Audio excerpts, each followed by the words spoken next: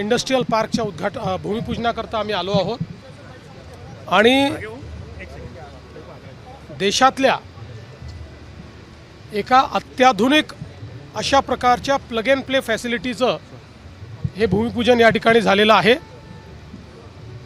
विशेषतः ॲडव्हान्स मॅन्युफॅक्चरिंगच्या क्षेत्रामध्ये एक मोठी भूमिका या फॅसिलिटीची असेल।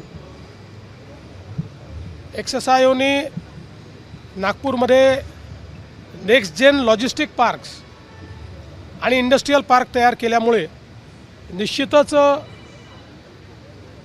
ग्लोबल सप्लाय चेनमध्ये भारताची जी भूमिका आहे त्याच्यामध्ये एक ॲडिशन म्हणून याच्याकडे आपल्याला पाहता येईल आणि त्यासोबत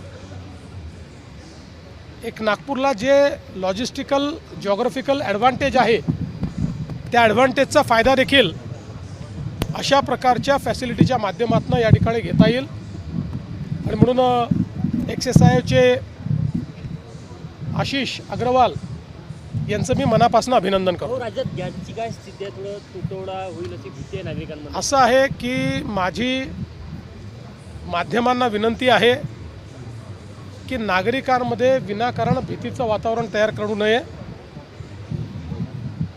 जे काही परिस्थिती आहे ती केंद्र सरकार हाताळते आहे, ती केंद्र सरकार सांगते आहे। विनाकारण वेगवेगळ्या बातम्या दाखवून हे घडणार ते घडणार ते घडणार असं सांगून नागरिकांच्या मनामध्ये भीती आणि संभ्रम तयार करणं हे देशाच्या आणि समाजाच्या हितात नाही आणि काल हेच केंद्र सरकारने देखील स्पष्टपणे सांगितलेलं आहे। कालच्या बजेटमध्ये नागपूर आणि विदर्भाला भरभरून मिळालेला आहे, मेट्रो असो किंवा इतर इन्फ्रास्ट्रक्चर वाढीसाठी। कालच्या बजेटमध्ये महाराष्ट्रालाच भरभरून मिळालेला आहे आणि मग महाराष्ट्राला जेव्हा भरभरून मिळेल तेव्हा विदर्भ कसा मागे राहील। त्यामुळे विदर्भाला आणि महाराष्ट्राला आणि मला असं वाटतं की अनेक गोष्टी असतील पण विदर्भाकरता सगळ्यात मोठा गेम चेंजरचा प्रकल्प हा वैनगंगा नळगंगा इरिगेशन प्रोजेक्ट जो आत्तापर्यंतच्या आपल्या इतिहासातला सगळ्यात मोठा नदीजोड प्रकल्प आहे त्याला आपण प्रशासकीय मान्यता देऊन काल बजेटमध्ये त्याची घोषणा केलेली आहे।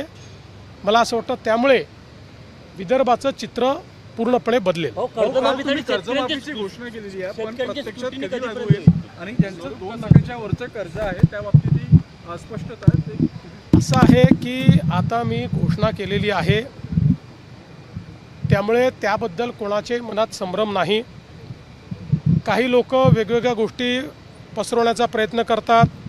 कोणी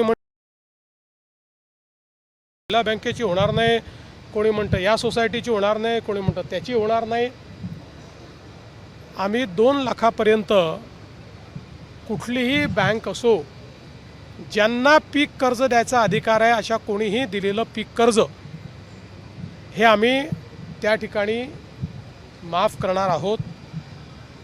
केवळ आमचा प्रयत्न हा आहे माफी शेतकऱ्याला द्यायची आहे, बँकेला नाही। त्यामुळे शेतकऱ्याला फायदा झाला पाहिजे याकरता त्याच्यावर आम्ही वर्किंग करतो आहोत। आम्ही यापूर्वीच सांगितलेलं आहे की 30 जूनच्या आधी आपण कर्जमाफी करणार आहोत। त्यामुळे आता बजेटमध्ये ती आली असल्यामुळे आता पुढच्या कारवाईला सुरू होईल। कमिटी याच्यावर काम करते, कमिटी बाकी सगळ्या गोष्टी या ठिकाणी सांगेल। एवढंच सांगतो जुन्या कुठल्याही कर्जमाफीपेक्षा चांगली ही कर्जमाफी असेल। यूट्यूबवर सुद्धा रायगड टाइम्स सर्च करा आणि पहा रायगडच्या कानाकोपऱ्यातील प्रत्येक बित्तम बातमी। आणि हो लगेचच सबस्क्राईब बटनवर क्लिक करायला विसरू नका। रायगड टाइम्स, आपलं चॅनल, आपला आवाज।